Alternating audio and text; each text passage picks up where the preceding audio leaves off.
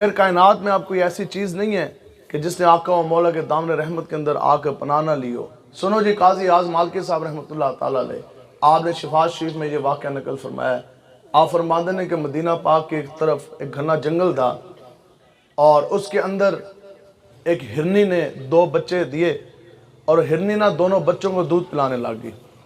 اب ہرنی کا پورا دھیان تھا بچوں کی طرف، تو شکاری چلیا مدینہ پاک، تو اس نے موقع غنیمت پایا۔ ہرنی کا دھیان شکاری کی طرف تو تھا نہیں، ہرنی کا دھیان تھا دونوں بچوں کی طرف۔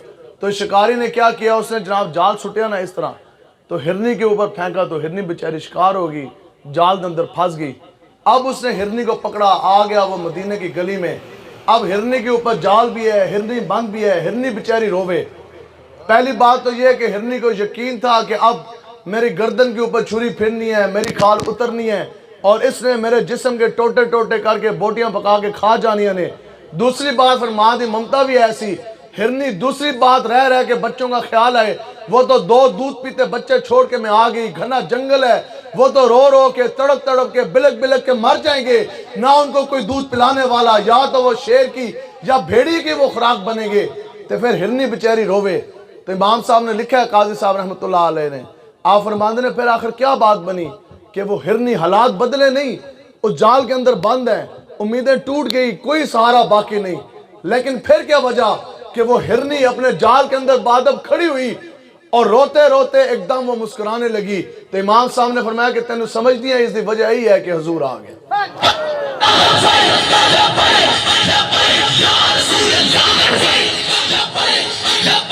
سنے جی، آقا و مولا حضور علیہ السلام کی پھر شانیں۔ قاضی صاحب لکھتے ہیں پھر کیا ہوا کہ مدینہ کی گلی ہے، آقا و مولا حضور علیہ السلام کا وہاں سے گزر ہے، ہرنی کی نگاہ پڑتی ہے آقا و مولا کے چمکتے بدوہا چہرے پہ، ہرنی رونے کو چھوڑ کر مسکرانے لگ گئی۔ آگے سے آقا و مولا کی بارگاہ اقدس میں اس نے اپنا معاملہ، اپنا اور اپنے بچوں کا مقدمہ جو ہے وہ پیش کیا۔ اب امیر المجاہدین جدو سانو پڑھاندے سے نا حدیث مبارکہ، تو یہ بڑا آپ کا ایک خاصہ تھا۔ آپ فرماندے سے کہ بیٹا یاد رکھو، بخاری بھی تمہیں تب بھی سمجھ آئے گی جب حضور کے کسی غلام کے سامنے 2 زانو ہو کے بیٹھ کے پڑھو گے۔ کتاباں بھی سیرت دی تاں سمجھ آن گیا جدو حضور کے کسی غلام کے سامنے بیٹھ کے پڑھو گے، نہیں تو بخاری پڑھ کے کتنے لوگوں کو تو بخار چڑھ جاتا ہے لیکن ان کو بخاری سمجھ نہیں آتی۔ اب آپ پھر کہتے ہیں جناب ان رکو، آپ فرماندے نے کہ اب ہرنی نے جو عرض کیا مقدمہ، اپنی بولی نا آقا و مولا کے سامنے، تو یہ اس بات سے یہ آقا و مولا کی شان ثابت ہوتی ہے، اور یہ ہرنی کا عقیدہ ظاہر ہوتا ہے کہ ہرنی کو بھی یہ پتا تھا کہ اس کائنات میں میری کوئی بولی سنے گا اور سمجھے گا تو وہ آقا و مولا مالک مختار ہے۔ آگے اپنی بھی بات، اپنا بھی مقدمہ پیش کیا، اپنے 2 دودھ پیتے بچوں کا بھی مقدمہ پیش کیا۔ یا رسول اللہ، وہ تو 2 دودھ پیتے بچے ہیں، وہ تو بھوک سے اور دودھ کے مارے جناب مر جائیں گے رو رو کے بلک بلک کے۔ تو ہرنی کو یہ پتا تھا کہ اس کائنات میں اگر میرا اور میرے بچوں کے دکھ درد کا کوئی مداوع کرے گا تو وہ بھی آقا و مولا حضور علیہ السلام۔ اب آقا و مولا حضور علیہ السلام نے پھر پوچھا، ہرنی نے عرض کی یا رسول اللہ اگر آپ حکم فرمائیں اور اگر آپ مجھے اپنے دست اقدس سے چھوڑ دیں تو یا رسول اللہ میں ابھی بھاگتی ہوئی جاؤں گی جنگل میں اور اپنے بچوں کو دودھ پلا کر واپس آ جاؤں گی۔ آقا و مولا حضور علیہ السلام نے پوچھا کہ اگر میں تمہیں کھول دوں اور جا کے گھنے جنگل میں واپس تم نہ لوٹو، یہاں پنڈال میں بیٹھ کے یہ نعرہ لگانا بڑا آسان ہے، غلامی رسول میں موت بھی قبول ہے، یہ ہرنی ہے اور ہرنی کو یہ پتہ ہے کہ اگر وہ واپس لوٹے گی تو 100% موت جو ہے وہ یقینی ہے، گردن کے اوپر چھری جون سی ہے وہ پھرنی ہے۔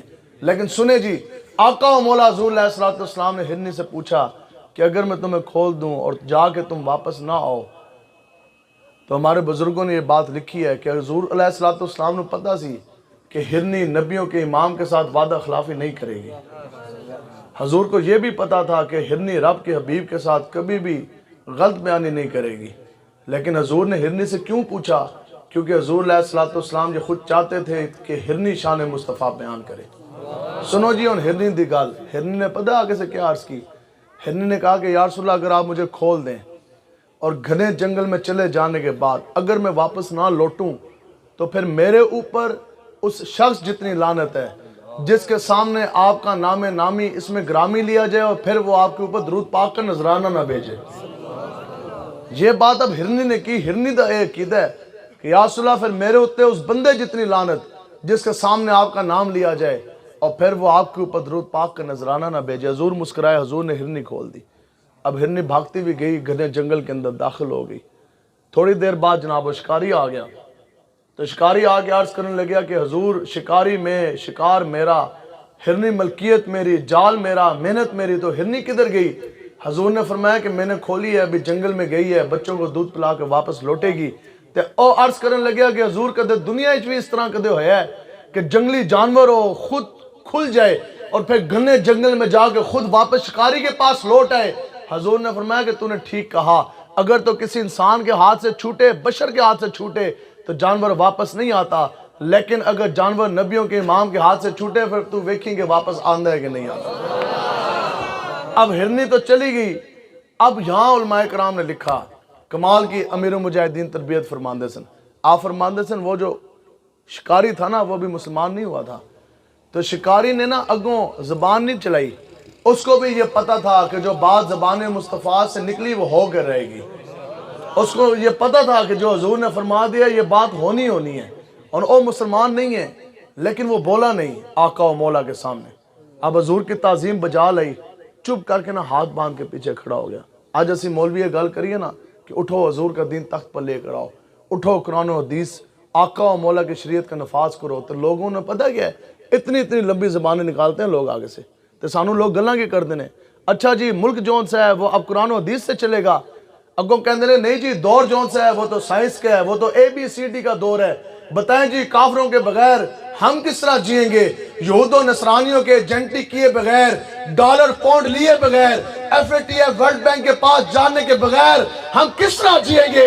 ہم نے کہا ورلڈ بینک کے, FATF کے, امریکہ کے, یورپ کے کافروں کے بغیر گزارا ہو سکتا ہے, در مصطفیٰ کے بغیر گزارا نہیں ہو سکتا.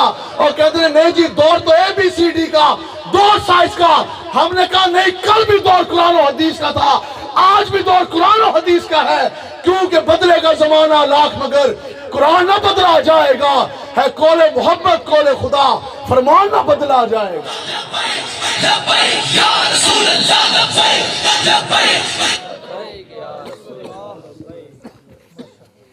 دسو جی آج دور ABCD کا یا الف لام میم کا ہے؟ تو لوگ کہندے نے نہیں جی وہ پھر معیشت کا پیا کس طرح چلے گا؟ اسی کہا ٹرمپ راضی ہوئے تھے تیری معیشت کا پیا چلے, تو حضور راضی, حضور ناراض ہو جائیں تو پھر تو کہا معیشت کا پیا رک جائے گا؟ نہیں, آقا و مولا نے خود فرمایا, حضور نے فرمایا تمام کائنات کے خزانوں کی کنجیاں مجھ محمد عربی کے دست اقدس کے اندر ہے. بس یہاں بات مک گئی. اسی تو لبیک علیہ ہی کہندے ہیں کہ ورلڈ بینک, FATF اور تمام یہود و نصارہ کے اوپر تم لعنت بھیجو. آج چلو در مصطفیٰ کے اوپر, اگر ملک پاکستان کے خالی خزانے اور تمہاری جھولیاں نہ بھر گئی تو پھر تجھے سانو گولی مار دینا.